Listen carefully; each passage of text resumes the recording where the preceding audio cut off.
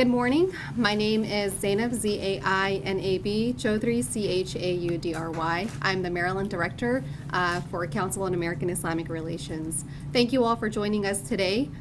CAIR has called this press conference today to announce a major First Amendment challenge to Maryland's no boycott of Israel or anti-BDS law.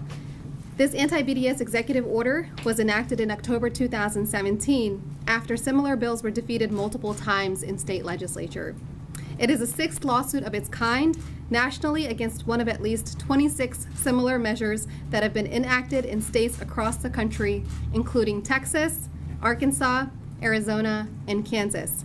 It is unconstitutional and dangerous, especially because it prioritizes the interests of a foreign government that is in violation of international law above Marylanders' First Amendment rights.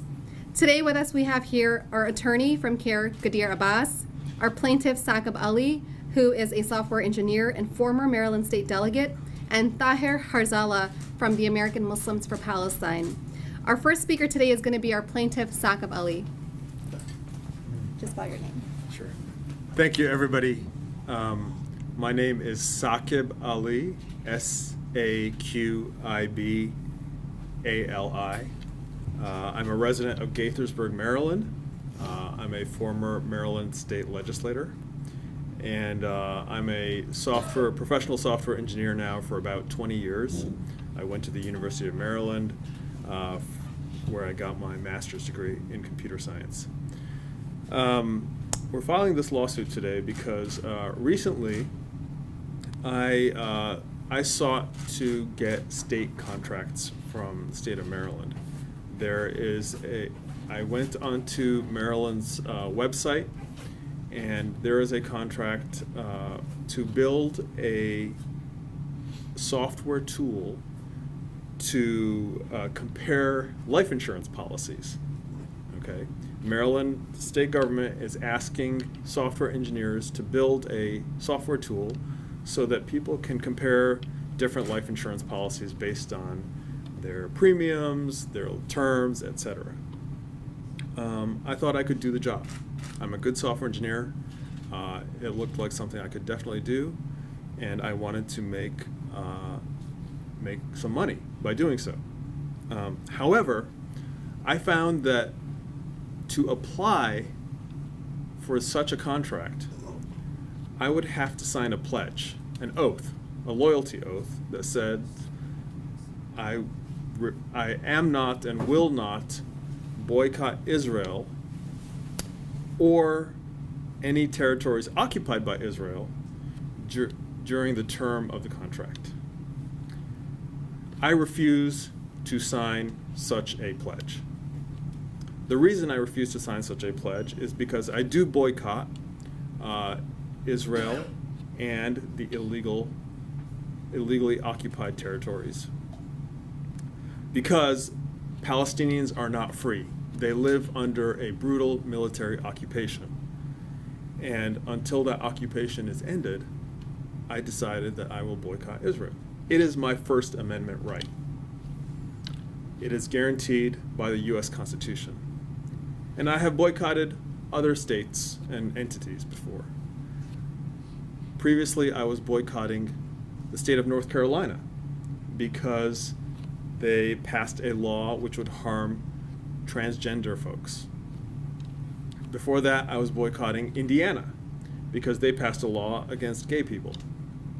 I'm currently boycotting any Trump-owned businesses and properties because I disagree with this president. All these boycotts are protected by the First Amendment to the U.S. Constitution. So when the governor of Maryland, Larry Hogan, demands that I give up my First Amendment rights to apply for a contract, he is violating my free speech, my right to free speech, and I will not have that. So I have filed a lawsuit this morning asking that this requirement be stricken, and Kadir Abbas, CAIR's lawyer, has helped me do so. And I feel very strongly about this, that the reason Governor Larry Hogan issued an executive order in 2017 requiring this loyalty oath to Israel, a foreign nation. The reason he did so is because legislation in the Maryland Assembly failed repeatedly because the legislature rejected it. And because the legislature rejected it, he then did an end around with this unconstitutional executive order. This is unacceptable, and Larry Hogan should know that our rights will not be stricken by him. Thank you very much. Thank you, Saqib. Our next speaker will be Tahir Harzallah from the American Muslims for Palestine. Thank you, Zainab. Thank you, Kadir, and thank you, Saqib, for taking this courageous stand. My name is Tahir Harzallah, T-A-H-E-R, last name H-E-R-Z-A-L-L-A-H. And I'm with an organization called American Muslims for Palestine.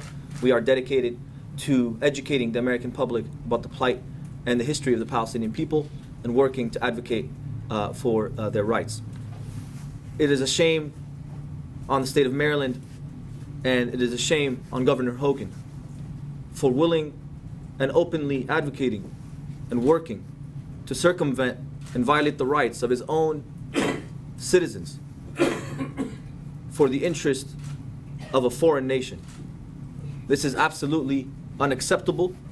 It is something that should cause rage among any member of this community and folks across the state of Maryland, that their governor and governors in other states, as well as state legislatures in 26 states, would take these measures to violate the rights of American citizens, constitutional right enshrined in the First Amendment, to boycott any nation or any group that they feel that violates certain people's rights, or that they feel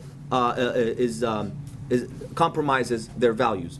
And so this is something that is of utmost importance to our community, to our organization, to support individuals like Saqib Ali and individuals and contractors across the state of Maryland, as well as other states such as Texas and Arizona, who are facing similar lawsuits, to pursue a more robust strategy to defend the rights of American citizens from draconian legislation and executive orders that seeks to put the interests of a foreign country over the interests of our own citizens.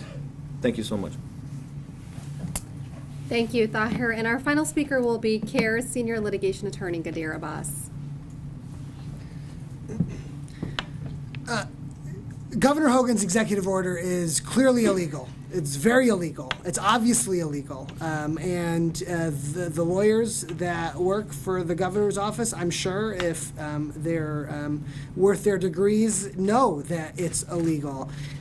Boycott activity occupies a special place in the history of the First Amendment.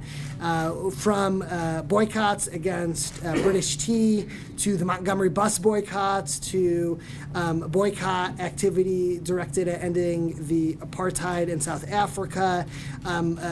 Americans, since the founding of this country, even before the founding of this country, have engaged and expressed themselves via boycotts. Saqib's case is no different. He should not have to abandon his constitutional rights to compete and apply for state contracts.